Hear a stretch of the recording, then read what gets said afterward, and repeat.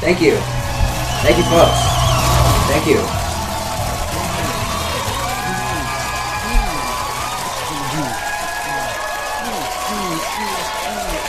Alright, folks, we got it started. Guys, we got it started. Welcome to the report, everybody. In here, out there. It's great to have you with us. Nation, let's get right to it. I've always hated privacy. That's why I was so excited by Facebook's new revolutionary idea. You see, as of today, Facebook officially owns the publishing rights to any photo uploaded to its site and can sell them to any third party it wants to. Nation, this is great news. You see, I've been hurt in the past. I was humiliated to no end by my first boss, an oppressive overlord with no sense of morality or decency. I'm talking, of course, of Jon Stewart. You see, I've been plotting for years to exact my revenge on him, and thanks to Mark Zuckerberg, I finally can. All I need to do is upload a few Photoshop pictures of him to Facebook, and wait for them to be sold to a third party without my consent. I call this one the clown. Put it up, Jimmy. I'm coming for you, Stewart. Now for other news. Prince William's wedding is tomorrow, and Nation, I admit, I'm completely obsessed. I can't stop drinking Earl Grey and spending hours on Twitter gawking about Kate's dress. Which reminds me. OMG. I can't believe she wore white to the wedding. Red is totally her color. Tweet. Anyway, Nation, I'm so excited tonight that I've rented an actual British person to be my first guest. Ladies and gentlemen, Sean Flanagan. Now, sir, I believe you work in the London Fire Department? Parliament! No, I don't work as a bloody MP. I'm a wheat and barley farmer. Always have been. Just like every Flanagan since me great-great-grandfather, Seamus O'Flanagan. But how do you live in London if you're a farmer? There's no farms for you to work on. Because I don't live in London, you great sluggard. I live in Ireland with all my family. Well, you're not what I expected, but that's okay. Tell me, Sean, who's your favorite royal? My favorite who? I don't know what you're talking about, wee laddie. Members of the English royal family? Surely you know about them. Not a wee little bit, young skipper. Now, surely you've heard about the wedding on the news. Yes, but I don't have much time to watch it on the telly. You see, my brother's been unemployed for the past 6 months. My father's in need of a kidney operation, and the markets these days been under thunder, let me tell you. Well, have you at least heard about the wedding on the newspaper? I never read them. The journals these days just talk about the same old things day after day after day. Ireland's struggling financial system, the Eurozone sovereign debt crisis, the ongoing riots in Greece, Ireland's rising unemployment rate. So, you don't know anything about the royal wedding. How's this even possible? Now look, I don't give a flaming hoot about your wedding. I barely have enough food for my family as it is, and I'm struggling to make me monthly housing payments. Alright, we're out of time. Take him down, Jimmy, take him down. Oh, thank you for joining us, Mr. Flanagan. Ladies and gentlemen, Sean Flanagan. Thank you. We'll be right back. For over a year, their songs have been stuck in the heads of many students, annoying them incessantly for hours on end. They're Wooden's oldest singer-songwriters, Mr. Barron, Mr. Orders, and Mr. Hitchens.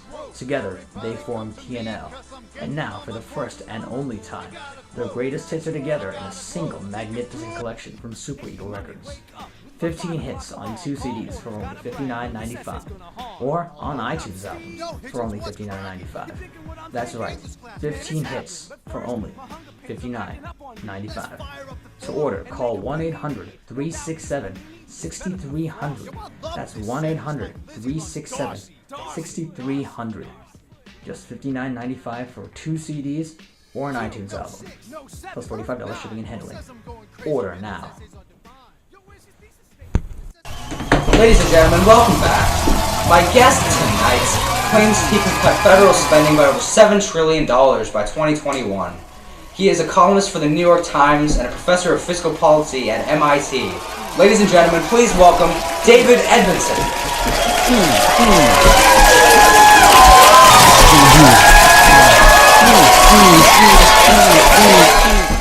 Boy, watch where you're going, laddie. Mr. Remington, thanks so much for coming on. I'm very glad to be here, Stephen. So the name of your new book is How to Eliminate the Debt, a conservative solution to Washington's liberal spending. First of all, I love word puns, so congratulations on that. But what do you mean when you say you can eliminate the debt? You say you can reduce the deficit by $7 trillion over the next 10 years, but that would be the largest spending cut by far in American history. How do you plan to do that?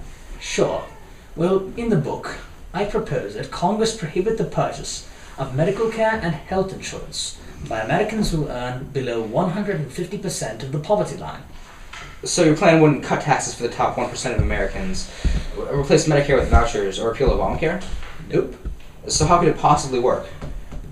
Well, the reason that my scheme can achieve such extensive cuts is that it lowers the number of Americans who earn little or no income. Compared to the average citizen in the United States, those who live below 150% of the poverty line are at a much higher risk for serious injuries and diseases. According to the Department of Health and Human Services, they are 22 times more likely to contract a severe or life-threatening illness. And due to their tendency to live in unstable neighborhoods, they're also more likely to be victims of violent crime. Without any access to medical care, the poor will experience a huge rise in their mortality rate. I can see where the savings are coming from. Basically, you reduce the number of low-income Americans, and that in turn decreases federal spending on welfare. That's right. Now, around a quarter of the federal budget today goes towards programs which help the poor, such as Medicaid, the Social Safety Net, Supplemental Security Insurance, and unemployment insurance. Under my proposal, however, expenditures on these programs over the next 10 years would annually decrease by an average of $695 billion. But there's something else that's concerning me right now, and that is your plan's effect on consumer spending. If there are fewer people in the United States, won't that mean that there are fewer consumers to purchase goods and services? How can that possibly benefit our businesses? Well, consumer spending will decrease, but not by a significant amount. According to a report from the Citizens for Tax Justice, the poorest quintile of Americans earn less than 3% of all national income. After they finish paying all of their taxes... I thought poor people didn't pay taxes. They generally don't pay any income tax, but they still contribute around 10% of their income towards excise taxes, payroll taxes, and state and local duties. So you're saying Fox News was wrong? So it's not that they're wrong, it's just that they chose to conceal part of the truth. Who could have seen that one coming? Right. Now, after they finish paying for taxes and utilities, the poor have little disposable income to spend on goods and services produced in the private sector. So even if the number of less fortunate people decreases, the effect on consumer expenditure will hardly be noticeable. But even if we don't depend upon their spending, isn't it true that we rely upon their labor? I mean, who else would be willing to accept substandard wages for fixing our power lines or building our roads?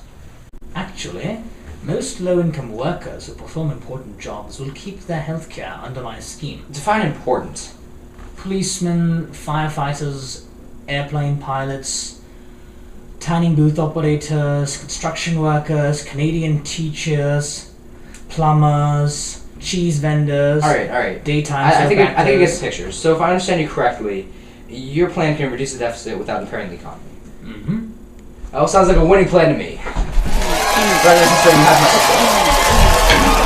Now to all you Marxists who are receiving government handouts, it's time you heard from we the people, as in we the people who have more money than you. We're tired of paying for your cushy minimum wages and your vacation getaways to Motel 6. Nation, the Founding Fathers knew that when the taxes of the people went to helping the less fortunate, that's when it is time to form a violent, rake-wielding mob. Nation, let's get the poor!